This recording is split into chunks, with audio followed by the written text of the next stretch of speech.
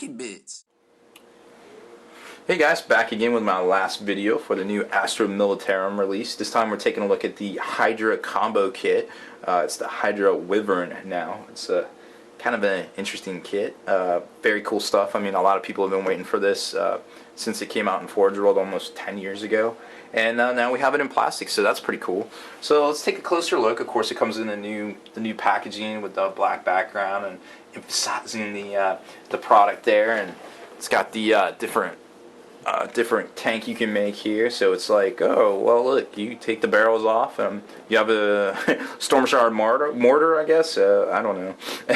It's like, I'm Superman, no I'm Clark Kent, no I'm Superman, no I'm Clark Kent. I don't know. It fooled people in the comic books, so I guess it's supposed to fool us too. It's got this pretty cool crew compartment kind of thing here, where they basically look at an HD TV of what they're shooting at there. Hopefully they get some good stations, and the whole assembly just kind of turns on this huge cog right here, which is kind of cool.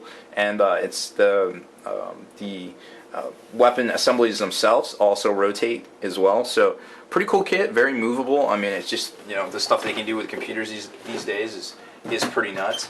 The kit itself is just basically two sprues, where you've got the old Chimera sprue here, where it's got the self-contained treads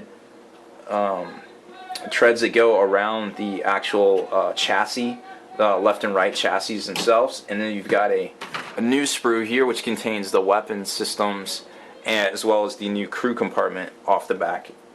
So it's we're not going to really review this because this was pretty cool for its time, where you didn't have to glue all the tread sections down individually, but now it's just kind of like, oh, okay, that's how that works. So we'll just take a look here at the new sprue. So obviously you have the new crew compartment area here.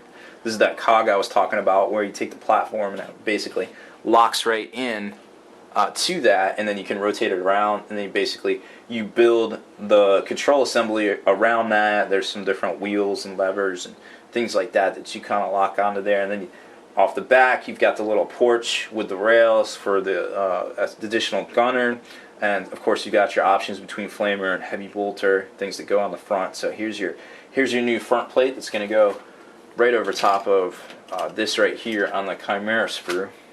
Then you've got the weapon systems themselves, the barrels.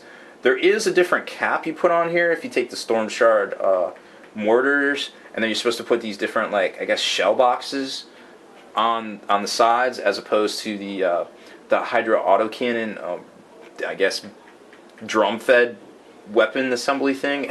I don't know. I mean, these look cool. I mean, obviously most people are going to make this modular, so you can just kind of do whatever, but I mean, some people might lock it in. I'm not really sure. For me, I try to make everything as modular as possible.